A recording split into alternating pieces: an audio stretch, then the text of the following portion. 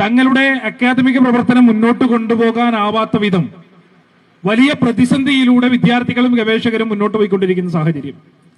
അത്തരത്തിൽ ഒരു സാഹചര്യം രൂപപ്പെട്ടു വരുന്ന സന്ദർഭത്തിലാണ് SFI ശക്തമായ സമരപ്രക്ഷോഭങ്ങളുമായി കേരളത്തിന്റെ തെരുവിലേക്ക് ഇറങ്ങുന്നതിന് വേണ്ടി തീരുമാനിക്കുന്നത്. ഞങ്ങളെ സംബന്ധിച്ച് ഈ ഘട്ടത്തിൽ ഞങ്ങൾ ഉയർത്തുന്ന ഏറ്റവും പ്രധാനപ്പെട്ട മുദ്രാവാക്യം യുദ്ധകാലാടിസ്ഥാനത്തിൽ കേരളത്തിലെ സർവകലാശാലകളിലെ ഗവേഷകരുടെ മുടങ്ങിക്കിടക്കുന്ന ഫെലോഷിപ്പിന്റെ വിതരണം പൂർത്തിയാക്കുന്നതിന് വേണ്ടി സംസ്ഥാന സർക്കാർ തയ്യാറാകണം.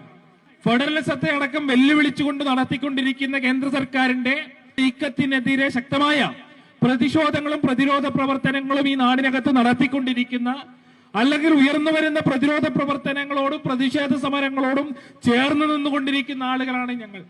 അവർക്ക് സമാധാനപരമായ ഒരു പഠനാന്തരീക്ഷം സാധ്യമാകുന്നില്ല. അത്തരമൊരു സാഹചര്യത്തിലാണ് ശക്തമായ സമരങ്ങളുമായി, പ്രതിഷേധങ്ങളുമായി, പ്രക്ഷോഭ പ്രവർത്തനങ്ങളുമായി മുന്നോട്ട് പോകുന്നതിന് വേണ്ടി SFI തീരുമാനിച്ചത്. SFIയെ സംബന്ധിച്ച് ഏതു ഗവൺമെന്റാണ് കേരളത്തിൽ അധികാരത്തിലുള്ളത് എന്നത് ഞങ്ങളുടെ പരിഗണനാ വിഷയമല്ല. ഞങ്ങളുടെ പ്രഥമ പരിഗണനാ വിഷയം ഈ നാട്ടിലെ വിദ്യാർത്ഥികളെ സംബന്ധിച്ച് അവർക്ക് മികച്ച വിദ്യാഭ്യാസ സാഹചര്യം ഒരുക്കുക എന്നുള്ളതാണ്.